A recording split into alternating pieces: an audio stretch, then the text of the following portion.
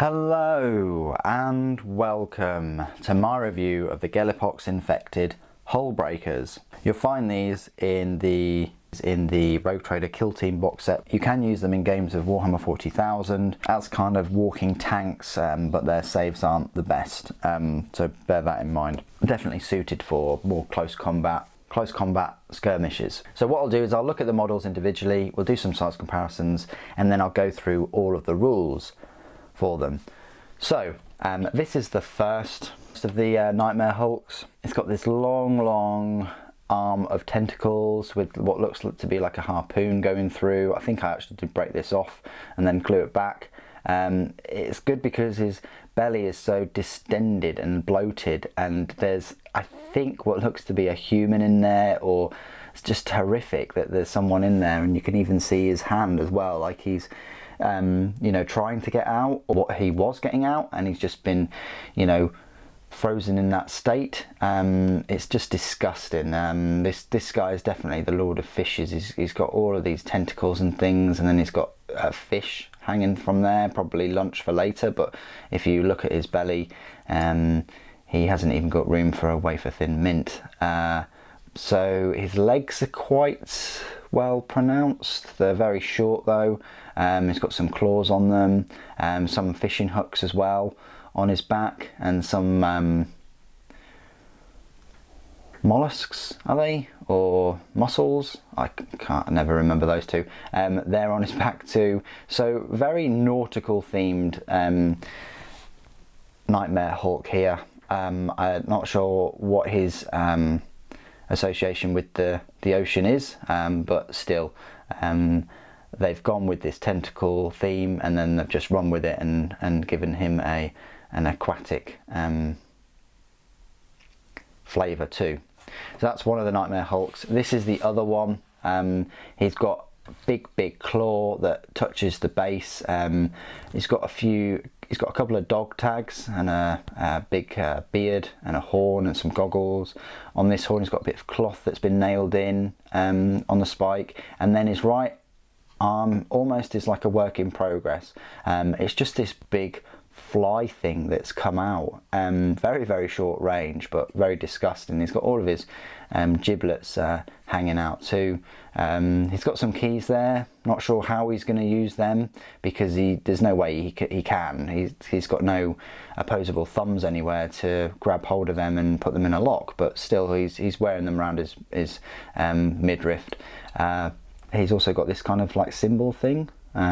Looks like a cloth symbol, but you can see all these maggots and flies that are forming this this horrid botfly kind of creature. His right leg is big and muscly, and also got some hooves on there, and his left leg is normal-ish. So that's one of the other Nightmare Hulks. Quite imposing, disgusting models. And then we come to this guy here, which is called the Nasher Screamer, mainly because his torso has about 5 screaming mouths, all hungry gaping maws with teeth coming out. Good 3D detail though, and tongues. And then he's got a few things hung on hooks on his loincloth here, such as a foot and a hand. Then he's got a shackle there, and then he's got a couple of heads that are growing out of his big arm. His face is quite wild, with receding gums and this flowing huge spiky hair. Also he's got some other things on here which I assume is like an ear and a tongue and a finger. He's got this big plague cleaver kind of weapon. That's going to be brilliant for putting rust and things on. And then if that wasn't enough, he's got some more hooks, and I think he's hooked on I want to say a liver or a kidney, maybe, not sure, some kind of organ on the back. So horrible creatures, these. Probably the most disgusting out of the set, if I had to pick. Let me go through some size comparisons then. So compared to the Vox Shamblers, they're quite small. I mean, even a Potswalker in there as well. They're going to dwarf these two sort of medium-sized models. Next to the Glitchlings, again, they're going to dwarf them even further. A Plague Marine though, does sort of hold his own. You know, these models wouldn't look out of place in a Death Guard army at all. So that's all of the Nightmare Hulks compared to their factions equivalent. Then compared to the models in the set, so we've got Elucia Vane, Aximilian and Avoidsman at Arms. These are going to be nightmares even to the very tall Elucia Vane. They definitely are imposing and tower above her. Comparing them to some other Imperial models, so we've got a Space Marine and an Intercessor. They're all taller and more imposing than the two Space Marines there, as you can see. Definitely secures their place as an elite choice. So this is my part of the review where I will go through all of their rules. You can find them in your Gellerpox Infected mini codex that comes with the set.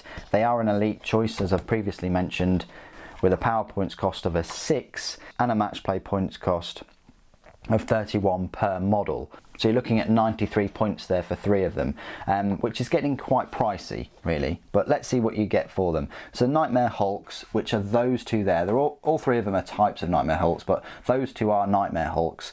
The movement is 5 inches, weapon skill 4+, no ballistic skill, but strength of 5, toughness 5, 4 wounds, 3 attacks, leadership 7 and a save of 6+. That's quite decent.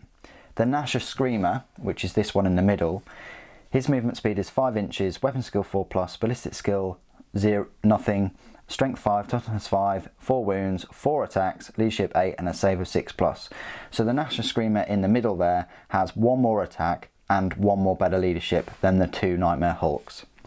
This unit contains Nasher Screamer and 2 Nightmare Hulks. Each model attacks with its hideous mutations. Nasher Screamer is also armed with a Plague Cleaver. Only one of this unit can be included in your army. That kind of makes sense. I mean, between all 3 of them, that is 12 wounds you've got there for your 93 points. Pretty good. So, these hideous mutations then, are they any good? Well, they're a melee weapon, a strength of the user, which is 5, AP -2, and damage of 2. That's pretty decent, especially... It's a shame they only have 3 attacks instead of 4, but there we go. The Plague Cleaver that the Nasher Screamer has is again is a melee weapon, same strength of the user, which is 5, AP -2, same damage of 2, however you can reroll wound rolls of 1 for this weapon. That's all he's getting, is he's just getting the reroll wound rolls of a 1 with it. Abilities, disgustingly resilient, so on a 5 or 6 they can ignore the wound. Vulgrar's followers, which means you must deploy them within 6 inches of Vulgrar, if you've got Vulgrar in your army. And that's actually a good thing because he does buff them in combat. And then Horrific Visage. Subtract 1 from the leadership characteristic of units whilst they are within 6 inches of any enemy models with this ability. Pretty good. That is what Vulgrar also has, subtracting 1 from the leadership roll for any enemy models. Keywords: Chaos, Gellerpox Infected, Nurgle, Infantry, Nightmare Hulks and Hullbreakers. Now, I think Games Workshop sort of missed a trick with these. They've got quite a solid stat line. One thing I will say is that Vulgar Thrice Cursed has a 5+ invulnerable save. These things don't. They don't have an invulnerable save at all. The Vox Shamblers have the Gellerpox masks, gives them a 5+ invulnerable. The Glitchlings are demonic, which gives them an invulnerable save. But these things are just sacks of flesh. It's just a normal 6+ save, which is quite poor, and actually I would have liked them to have some kind of demonic rule or something. I mean, they're hideous mutations, but I suppose they're not that far removed from Chaos Spawn, which also don't get an invulnerable save, but they do get a 5+ save. So it's very odd that they're missing some kind of invulnerable save. They're going to be best near Vulgar Thrice Cursed, obviously, because they'll be able to re-roll their hit rolls of a 1. Their weapon skill is 4+, so they'll need all the help they can get, but they can pump out 10 attacks there. Quite a decent strength, good AP and a good damage. So again, like with all of the other Gellerpox Infected, shoot at them from range, especially these guys. Yeah, they have the toughness 5, but they have just the normal t-shirt 6+ save. They don't have anything better than that. So firing anything that has slightly higher strength and even an AP -1 weapon is going to be quite horrific to them, and that's what I would do. Don't let them get into combat with you. They haven't got any means to get into combat with you quickly. They can't deep strike. They are infantry, so I do question whether you could put them in a transport as infantry models, but still, there you go. you're not going to be seeing them jumping out at you from anywhere. Again, like I've said before, they're suited to close quarters skirmishes. What do you guys think of the models and the rules? Please do put it in the comments below. It'd be great to hear from you. Thank you ever so much for joining me today. Thank you for watching. Papa bless.